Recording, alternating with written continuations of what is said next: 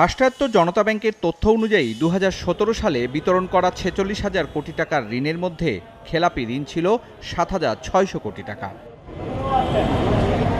কিন্তু পরের বছর ২০১৮ সালে খেলাপি ঋণ ১,১০,০০০ কোটি টাকা বেড়ে দাঁড়ায় ১৮,০০০ কোটি টাকায়। আর ২০২৩ সালের শেষে জনতা ব্যাংকের খেলাপি ঋণের পরিমাণ দাঁড়ায় ২৫,৮০০ কোটি টাকায়। অথচ ঋণ অনুমোদনকারী জনতা ব্যাংকের এমডি সহ পরিচালনা পর্ষদের সবাই আছেন ধরাছোঁয়ার বাইরে। খুব ভালো ছিল জনতা ব্যাংক, ইভেন আইপিওতে আসার কথা ছিল, পাবলিক লিস্টিংয়ে ছিল, সে ভঙ্গ করে দিছে সব বাইরে। আহারে, মাফিয়া গ্রুপের হাতে যখন ইকোনমি চলে যায় তখন এটা হবেই, একটা গোষ্ঠীর তৈরি হয়, সবখানে লুটপাট হবে। জনতা ব্যাংকের পরিচালনা পর্ষদ আর বাংলাদেশ ব্যাংকের যোগসাজশে মাত্র ৭ বছরে ব্যাংকটির খেলাপি ঋণ ২.৫ গুণ বৃদ্ধি পায়, যার মধ্যে অ্যাননট্যাক্সের ৭,৭০০ কোটি টাকা, ক্রিসেন্ট গ্রুপের ১,৮০০ কোটি টাকা, রতনপুর গ্রুপের ১,২০৮ কোটি টাকা এবং এস আলম গ্রুপের ১,২০০ কোটি টাকা এবং রিমেক্স ফুটওয়্যারের প্রায় ১,১০০ কোটি টাকা খেলাপি ঋণ। ব্যাংক দুর্বলতার একটা দায় কিন্তু কেন্দ্রীয় ব্যাংক এবং এর গভর্নর বা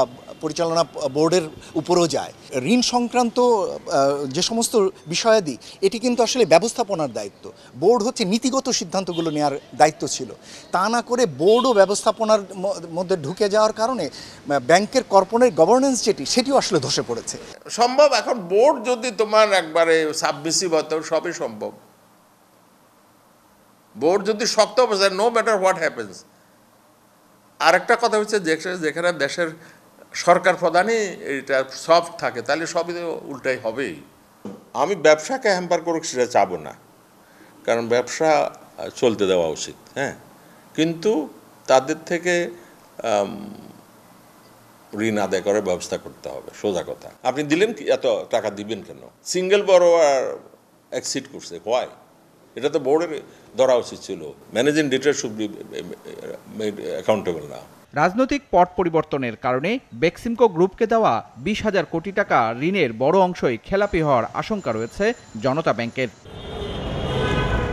সুশান্ত সিনহা, ৭১, ঢাকা।